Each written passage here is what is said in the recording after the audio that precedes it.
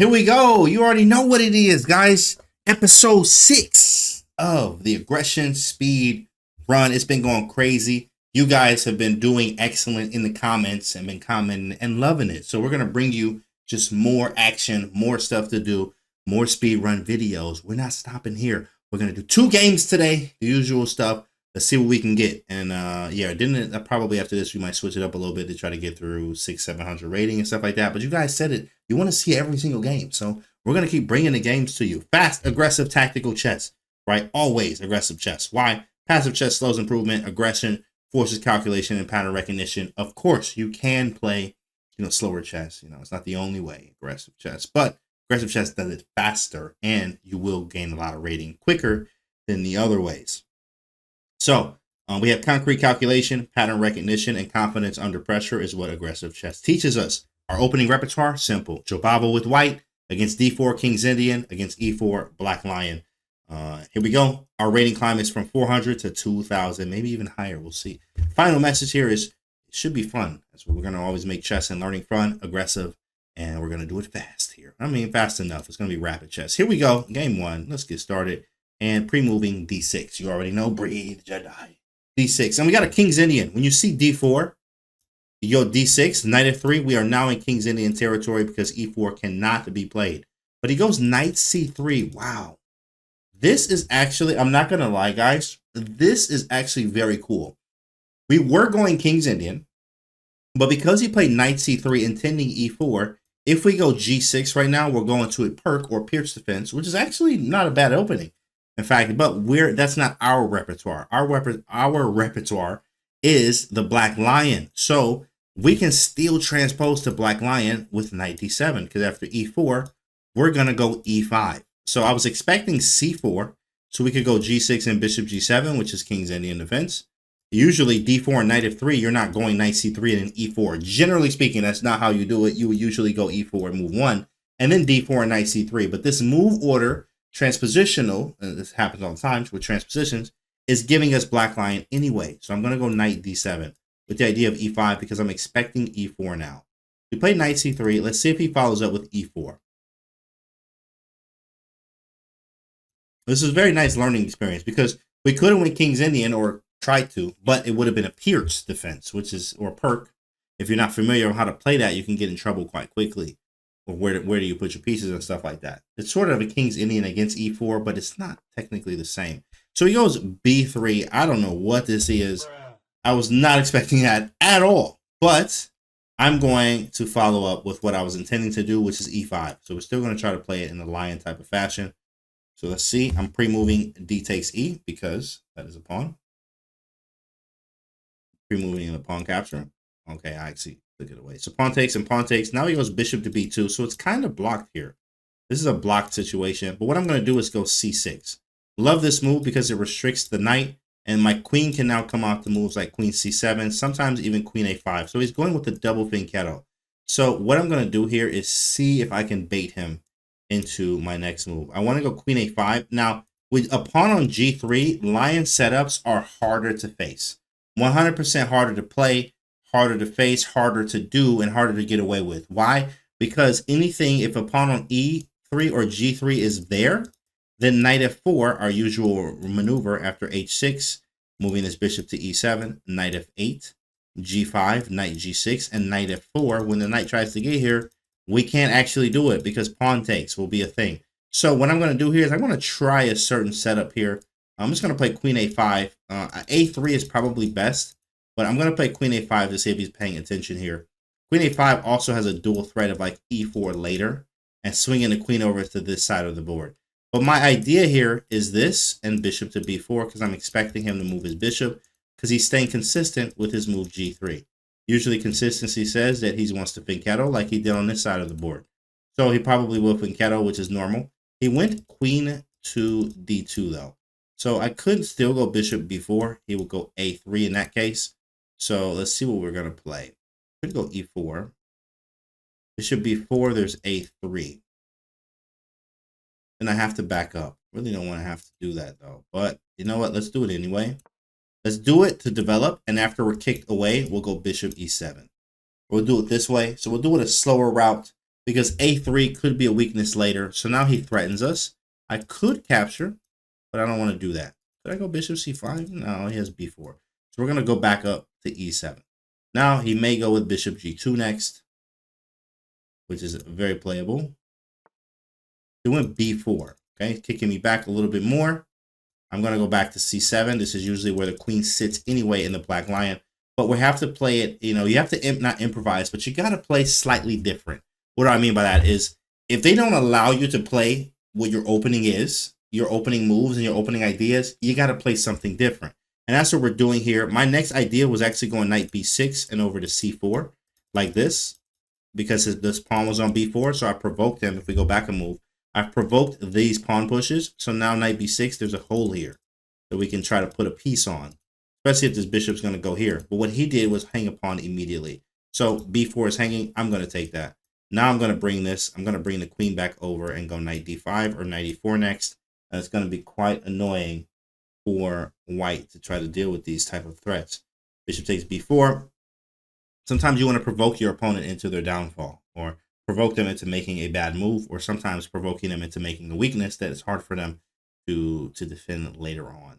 That's what kind of happened here. So see what happens.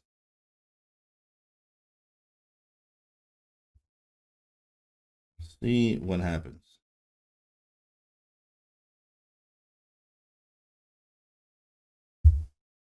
Auto resign. Okay. Is he gone? Did he just dip out? Look at the auto resign up there, guys. Oh, I was supposed to be on a full screen too as well. Sorry, guys. You were seeing it on a smaller board. I know you guys before said you wanted to see it on a bigger board here. But, I mean, we won't be here for long, apparently. 3, 2, 1, and the game is over. He abandoned the game. That's what they doing at this level? Just getting out of there after you lose a pawn? He just dipped out, bro. He just dipped out. That's crazy. That's crazy.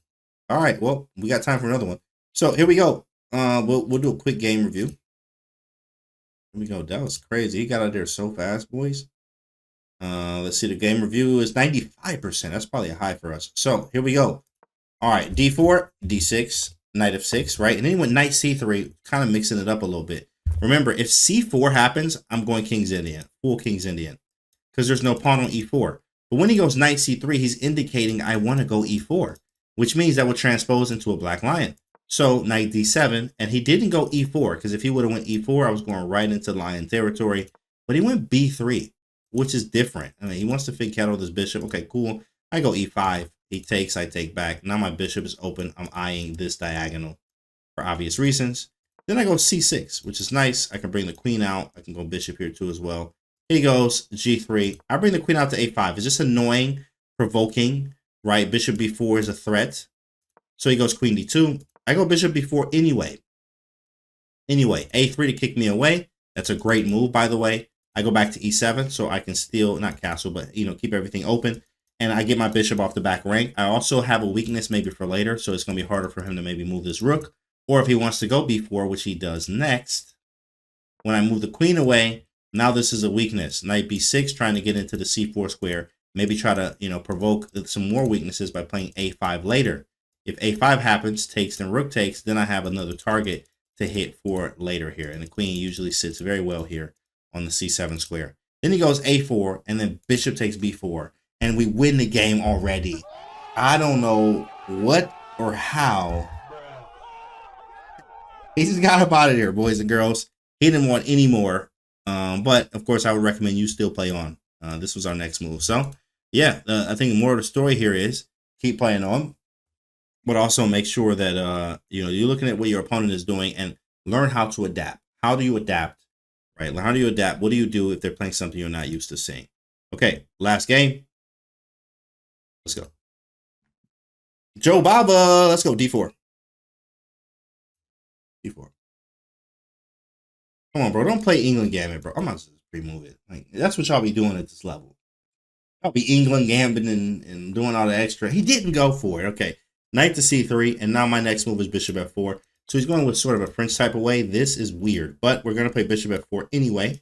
Same stuff. It doesn't really stop us from doing what we're doing. So c6 and e6. Let's keep going. c6 and e6 on the board. Keep going. He didn't play anything yet. He's still thinking. I want to go e3 or e4 next. Usually I like to keep it just Jobava-ish, you know. So e3, I could go just e4. I'm going to go e3, though. Reason being is I like to keep this diagonal open. I could go e4. I'm not going to lie. e4 is a strong move, but I don't want d5 and like to play some type of French type of structure or something. I'm going to go e3. And then I'm going to play bishop d3 at some point. I don't want knight b4 to hit me. Knights on the rim are dim, as they say. So this knight on a6 is now only has, you know, 1, 2, 3, 4 squares to go to, rather than if he was here, he would have 8 squares to go to. So this is not the greatest place for this knight as we wait for white to think. Sorry, for black to think. Queen b6, which is attacking b2. In this case, wait, is the queen trapped? a3. There's always you always want to ask that. I always ask, if he takes, is the queen trapped? Because there's a famous way of trapping the queen here with a3. After queen takes b2, knight a4 traps the queen. So anytime you see this, your first defense should be, or your first, you know, they say the best defense is offense. So you should first be thinking offense, right? So offense, I think, is a3, queen takes b2, and then knight a4 traps the queen. I'm going to go for it. Queen takes b2, and knight a4 immediately traps the queen. So he's saying, you know, I'm saying, go ahead, take the pawn. Take the pawn if you like. I dare you. And there it is, boys and girls. Knight a4.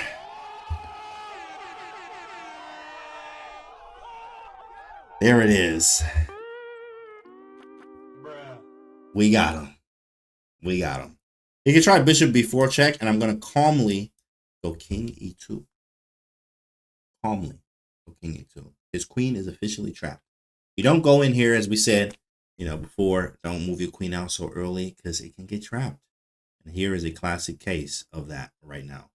The queen is trapped. This one could be over already. I mean, it technically is already over. But you see, guys, we play what we know until we're out of theory, until they play something different. Now, immediately, I start looking for tactics, trapping the queen, aggressive play. And here we go, bishop b4 check. Why? Because he wants me to take so he can take back. But he was not seeing or expecting king e2. What a move. What a move. King e2. The queen is still trapped here. The queen is still trapped. When you find a good move, you look for a better one. Yes, I can take the bishop, but do I have something better? That's what I always like to ask. And I do. I play king e2. Queen's now trapped. I'm going to take the queen no matter what next. In fact, there's nothing he would play that would not allow me to take his queen. Rather, you know, even with queen takes rook here, something like that, I would take back. Queen takes. And we're just winning, boys and girls. We are up here. We are up. So, nice Jobava London here. Nice Jobava London.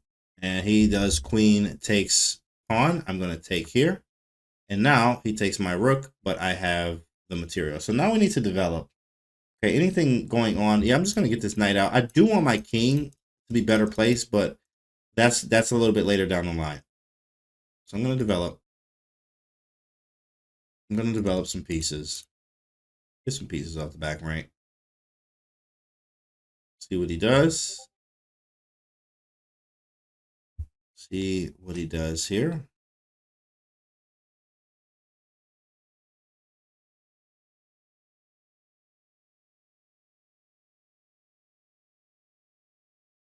Knight of 3 is good, though. Knight of 3 is good. So he goes b5, attacking my knight. Pretty obvious moves are knight c3 and knight c5. I don't care to trade, though. I'm going knight c5. Yeah, okay, he gets a pawn out of it, but I won the queen here, so I'm up some material. So I'm going to pre-move captures. He didn't take it. He didn't touch anything. Cool. So I'm going to move this knight to e5. Wait, I have to be careful. There's d6. Takes. I don't really like that. Maybe I'll go here. Now my idea is knight d6. Knight d6. Very nice.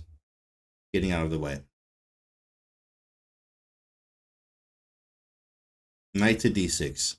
Now, of course, today's story is learn how to adapt.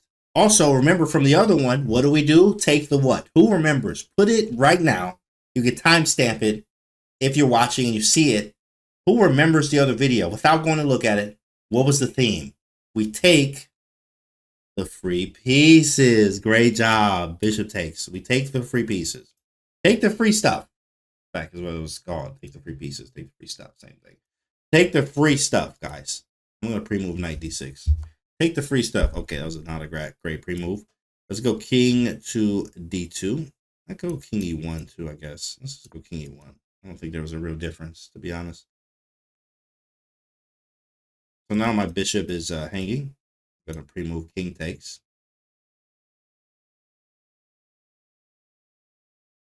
Take the free stuff. That's what we did here. Took the free stuff. Trade when you're up, not when you're down. You know, aggressive moves.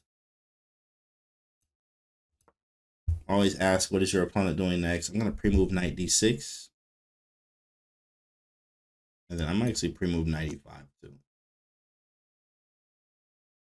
There we go. So now it's almost made. Almost. Almost is not made. If he goes like rook g8, come on, bro. Just do it for the memes. For the memes, for the content, bro. Come on, bro. Come on, bro. Come on, bro. Rook g8, just do it for us, man. Come on, bro. Please. Put the rook on g8. Come on, bro. Just do it. Oh, he did it. Oh, my. Is he watching the stream? He gotta be. Nah, bro. But it's not even like it would say he's streaming. Like it would say right here he's streaming. That's crazy. Knight takes this. How? Bro, how? Bro, how? The wizardry is unreal. You're a wizard, Harry. You're a wizard, Canty. That's crazy. Knight takes d7, man.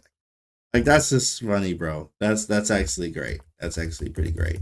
Rook g8, knight takes d7, man. Okay, so let's do the quick game review and get out of here. That was fun. That was actually very fun. So here we go. Let's take a look at what we have. 92. 92. Sweet. Here we go. d4, e6, knight c3, c6, right? Bishop f4. This one's going to be called Learn to Adapt, guys. That's going to be the title of today. Is Learn to Adapt. You got to adapt, especially in the first game. We had to adapt to what the position was giving us, and the ways to adapt we'll cover in different videos. And etc. And also courses that are coming out for you guys. But you learn to adapt, right? If they're not playing what you're used to playing or what you're used to seeing, then you have to look at sets of rules like developing your pieces, checks, captures, threats, every move. What is my opponent doing? What's the most aggressive moves that I can play or the most aggressive plan, and etc. So queen b6, which of course he attacks the queen. I go a3, which is nice. Not only does it stop something from coming into b4, but it also sets up a diabolical trap. A lot of people fall for this trap. Queen takes b2. Like a lot of people. Because they just think it's hanging and they're missing knight a4. That is the move that wins the queen. And after you win the queen here, the game is basically over. He goes bishop b4 check, which is cool. Trying to get the queen, you know, out via a takes b4. But we play king e2, which is an amazing move. We don't have to take the bishop and the queen is still trapped. So queen takes a3. We take, and the rest is easy play. I develop a piece. Knight c5. He didn't take, so I'll bring the knight around to go to the d6 square. I've noticed where weak squares are. Remember, take the free stuff they give us. So he gave us a free knight. We'll take that. I move my king out of the way. My bishop was hanging. He takes. I take back. And then I pre-move knight d6 here because you can't really stop it. And then I go knight e5, hoping for rook g8. And we call it. He plays rook g8. And knight takes d7 mate. I promise you he was not watching the stream here because I'm not even streaming. I'm recording this. That's crazy. I'm not even streaming. How did he know? Like, how did we do that? I don't know. You know, I don't know. Sometimes just Dragon Ball Jedi-ness, as you see in the name.